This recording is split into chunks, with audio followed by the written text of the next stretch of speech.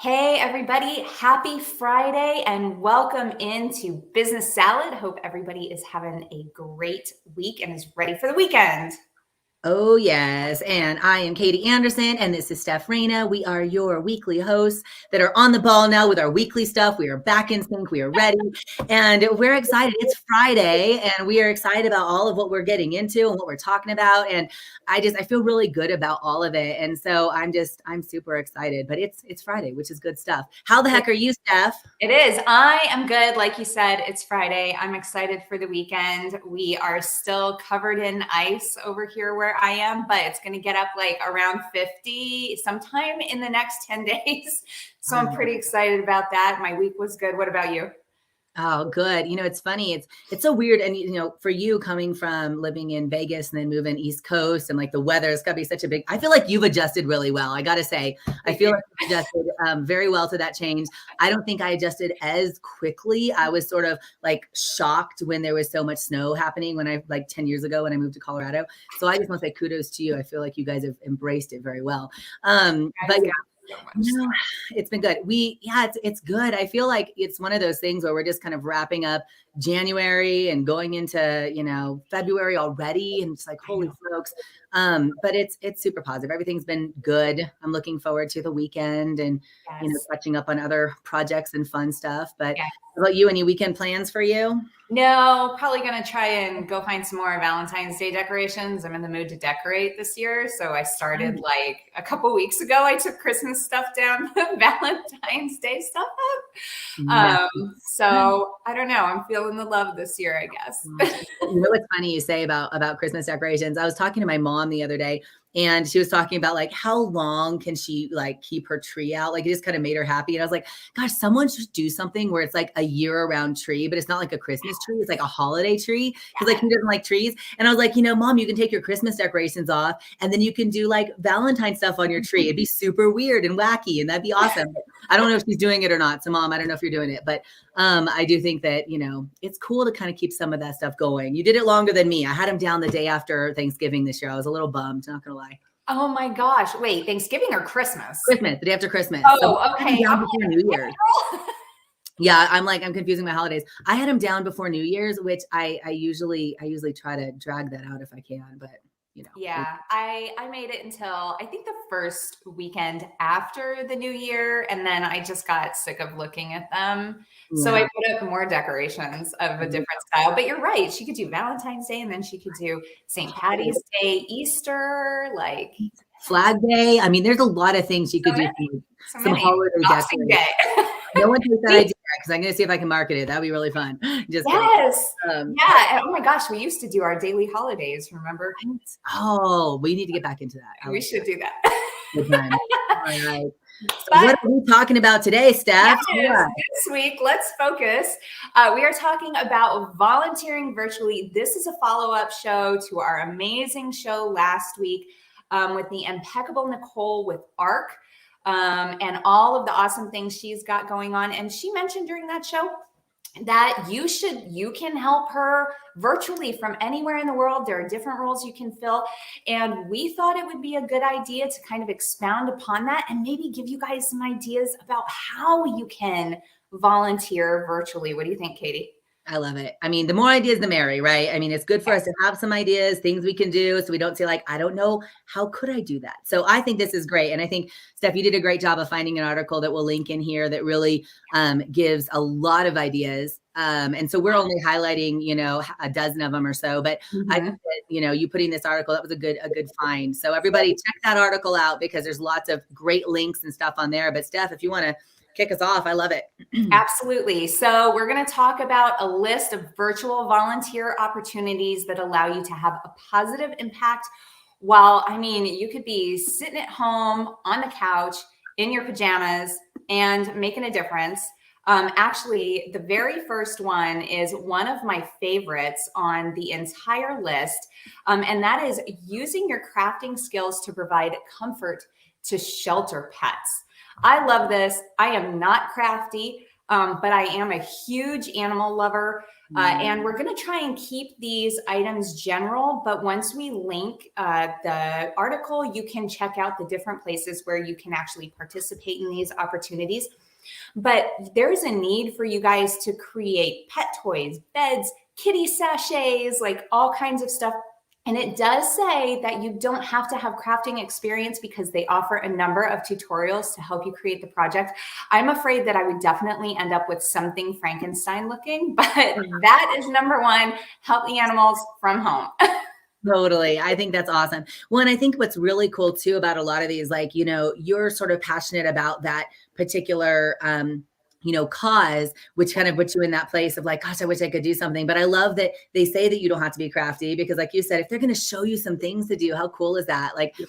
So, you know, this number 2 on our sort of picked through list on this is interesting. And I was actually looking into this a little bit. I think it's kind of cool. So this is really specific. And I think this is not for everybody. So you got to be someone that likes this specifically, but this has to do with number 2 on this list for us is proofread to make books accessible to masses. And what this is through a specific company. If you click on this link with distributed proofreaders, what happens is that if you are someone, and this is not all of us, but some people, that is really good at proofreading and kind of, you know, kind of moving information over and kind of helping with some of that process. There are so many books and pieces of literature out there that are really, they're not in that category of being still copyrighted. They're not still in that category of, you know, whether this is an author that it's been hundreds of years of them being gone or whatever the case is.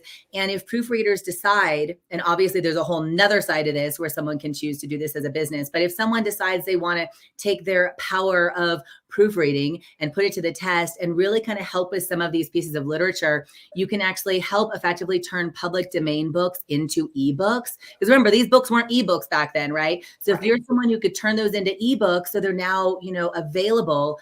It says right here that the finished work submitted to Project Gutenberg Archive has over 61,000 free ebooks. And I think, you know, that's such a great thing for people to expand some of their opportunities with literature and access to these great books. And so check that link out when you see it on here. It's a pretty cool random way to help with something big, which is cool. That is so cool. And actually, Katie explained to me during our green room time what the public domain books were. I had never heard of that, and I think it's super neat. So that is something that's a little more up my alley than crocheting things. Like, I think you've been knitting or crocheting, and you're making like the cutest stuff. I can grammar Nazi all day long. So this could be a thing for sure. I know it's really interesting. Who would know, right? You like learn about this stuff, right? Yeah. Exactly. Like so, and the next one is super easy. You don't even need a stamp to do it. One way to take part in virtual volunteer work is to submit an eCard to a patient. You could do a patient with pediatric diseases or maybe a child battling cancer.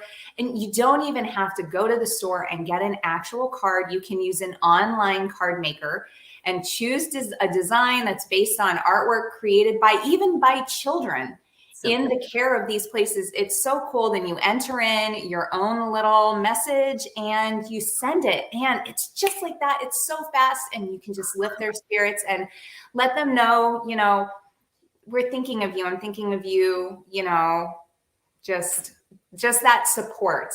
Totally. That feeling that it would create. So eCards, super easy, super difference maker.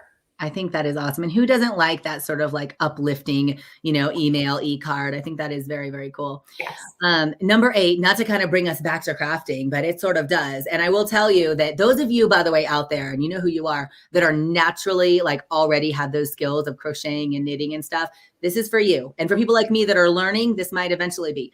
And so this is helping people in need by crocheting garments.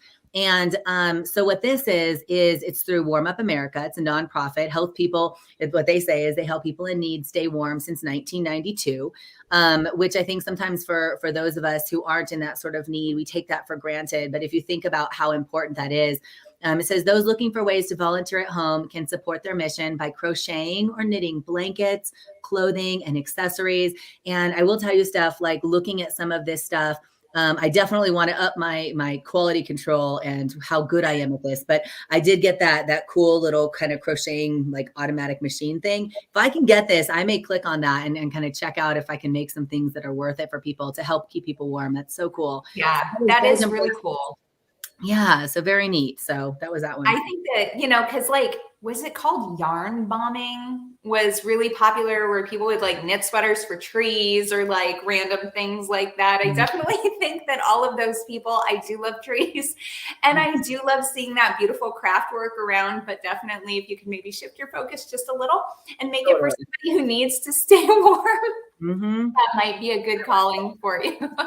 I love that. Awesome. The next one that I chose from this gargantuan list is another bird or animal related / science related. It's recording bird sightings to benefit science and conservation.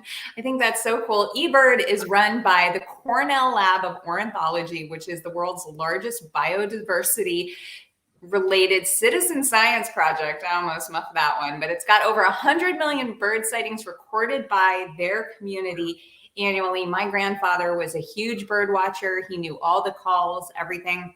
And their site offers all kinds of resources for helping you spot birds, identify birds, and how to make bird watching more enjoyable. But I think that's just kind of a cool way to contribute to science and still do something really neat. You can get out with the family, go bird watching, hiking, whatever it is. So I love that. I love that. I got to say too, with some of these things, it's like you could figure out what your interests are. We sometimes talk about like following your interest into business. And in the same way, following those interests are things that you're kind of passionate about towards helping people. I am going to, oh, wow, this is a new problem.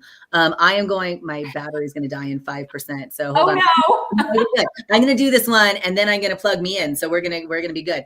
So the next one on the list that I picked out, I thought was awesome, is on this list of amazing ideas here is use your talents to empower women through virtual volunteering opportunities. The company that's affiliated with this, the nonprofit on this one is In Her Shoes, which the link is on here. And it says they work hard to help women feel more courageous at all stages of their journey through life. And there's a lot of different ways to get involved with this particular nonprofit. And this can all be done virtually, from teaching workshops, mentoring, helping with social media, all these different things. And by clicking on this link, you're able to see, hey, how can my particular skills or experience help with that and be able to volunteer. And I think that regardless of where we are in life, it's always nice to be able to help people and kind of give back. Don't mind me for a quick second while I kind of plug in. So Steph, you stall and do the next one. I got it. It never happened. We're going to be fine, people. Hold on just a second. Yes. And for those of you who have been with the show for a while, you will, that's my face on Katie's. Look at me twice. Okay. So those of you who have been with us a while, you know that we did host one of the directors from Dress for Success, Denver, I believe it was. It was. Yeah. And so that's kind of something that reminds me a little bit about this. Katie, you're an amazing mentor, especially towards women. And so was my mom. She was a huge women's mentor.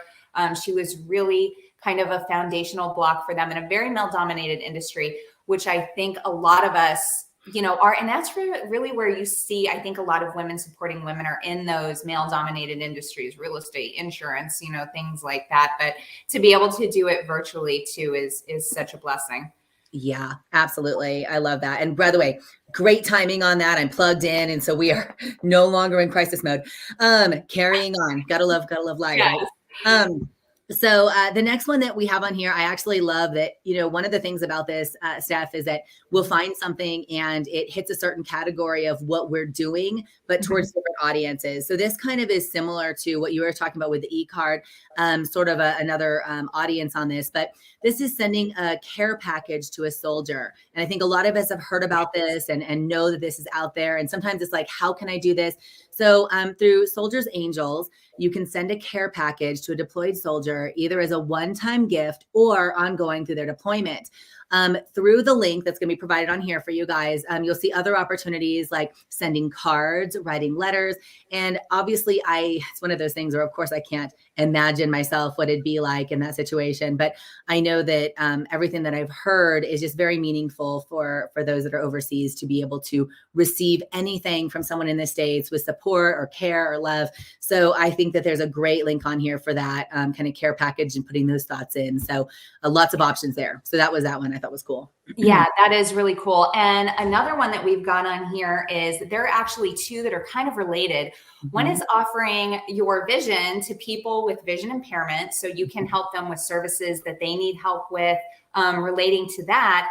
But another one is offering translation services, especially in certain areas of the country, we have a lot of bilingual or multilingual folks. And there are organizations that are committed to eradicating language barriers. So you can offer those language skills. They'll help train you, and you'll start receiving notifications about when your skills can be of service, so that we can kind of bring everyone together and create less stress for those people who might be new to the country or whatever and struggling to get established, and they need a little bit of help with those language barriers. Absolutely. No, that's great. And, the next one that we're going to kind of touch on, talks about like different crises that can happen. And there's a great resource here through Crisis Text Line. It's volunteers that are able to offer emotional and psychological support to those who need it via text message. And, one of the things I think is important anytime it's someone that maybe doesn't have, like you say to yourself, well, I don't have that background in, I'm not a social worker, or I haven't had that sort of background. One of the things that this particular organization does, and I think this is excellent, is you go through a 30-hour training, if you want to do this, in reflective listening, collaborative problem solving, crisis management. And then they had a good point here, and they said, which is also great, valuable skills to have just in life, which I think is a really, really great point, because you also never know, maybe you went through this training and you're doing this kind of crisis text line and helping, but it also kind of equips you because things happen to any of us, right? And our family members and our loved ones. And for you to be having that training, what a valuable thing for yourself, for the people that are surrounding you when things happen. So I thought that was a really cool way to help. That is really cool. And, I'm seeing kind of a trend here where if you wanted to get involved in multiple areas, you could literally start in one of these and work your way through, because people who might need that language barrier help, and then maybe they need some sort of mentorship or support. And so I feel like there are a lot of different ways that you could help in all of the different facets of it. In fact, the next one is again about becoming an ally for women. And this helps women impacted by war and conflict, which is huge. We know that there's always going to be a big need for this. And you can help from home through this particular program that's on here. You can, if monetary donation is your thing, which it is for some people, it's a $35 a month contribution to help a woman get food, water, shelter, business skills training, human rights education. You're basically getting a sister. So instead of big brothers, big sisters that helps the little ones, you've got a sister that you can monitor her progress. You can send her uplifting messages, and you can do all of these things to help them kind of come through that tragic situation that they've been in. Wow, that's amazing. It's funny, you don't know about this stuff. You got to kind of put it out there. So I'm glad we're kind of stumbling onto it. I love it. And there are so many, you guys, on here. Like, there are so many different things that we haven't even touched on. So please go through the list when we post it. Absolutely. So I'm going to kind of bring us to one of the last ones we highlighted. And again, if we were going to go for an hour, 2 hours, we could definitely have hit on all of these, and they are all so important, you guys. So definitely kind of check out what these are on this list. But this last one that we kind of touched on, it's support disaster efforts using digital skills. And so this is specifically through American Red Cross. And obviously we've all heard of Red Cross, helps people and communities during times of disaster and crisis. And what this is becoming a digital advocate. And it entails volunteers basically being able to work on projects related to whether it's marketing or data reporting or IT services or all of these things. And I was just telling you, Steph, it's when those disasters happen, when something just, whether it's a natural disaster or just some like terrible event that happens, and you really watch how the community comes together. And I know a lot of our viewers, either, whether we're working in businesses or we're affiliated with businesses or whatever the case is, we're trying to think individually, how can we help in different situations? And I think as business owners, it's also good to sort of think, how can my company help? Right. And we've talked about in the past how as business owners, we can obviously contribute financially in donations, which is always welcome. And we can always give our time. And it was literally about an hour and a half ago, I was on a phone call with a business, and they were talking about how they're a carpet cleaning service here in Colorado. And after the fires happened, one of the things that's going on is that the structures that were still standing and are still there, there's significant fire, there's smoke damage, right? So like they're having all of these people go in and help with things. And this company was giving of their time, and they're, significantly being able to cut the cost down to be able to provide these services to those families that need it. And I think sometimes that's just thinking about, what services do I provide as a business, and how can I help those in need during the times they need it, is just so important. So it was really good to sort of connect that. And I think that it tied in really well to what we're talking about now, and how can we individually, or as business owners or entrepreneurs, or as just moms and dads and humans, how can we help those around us or get involved in nonprofits? So I think this was really good for me to kind of look over. So I thought that was cool. Yes. Yeah. And I'm excited for. Oh, hold on here. I am breaking up a second. Let me make sure if it's me. It's either me or you. It might be me. I don't know, but luckily we are very near the end of it. Can you hear me, Katie? Now I can. It might have been me, might have been you. We'll find out. But it's all good. Yeah, we are very near the end of it, luckily. So if we're going to have technical difficulties on a Friday, now's the time to do it. Well, listen, I think this is awesome. I'm looking forward to our next guest that we get in lined up here, talking to some more nonprofits, and then sort of riffing a little between sessions about some things that we can do and some experiences and stuff. So I'm looking forward to next week and the weekend. So I hope you have a good weekend, my friend. You too, Katie. And it was great chatting with you about all of this. Guys, let us know if you get involved with any of the things that we discussed or anything on the list, and we will see you next time.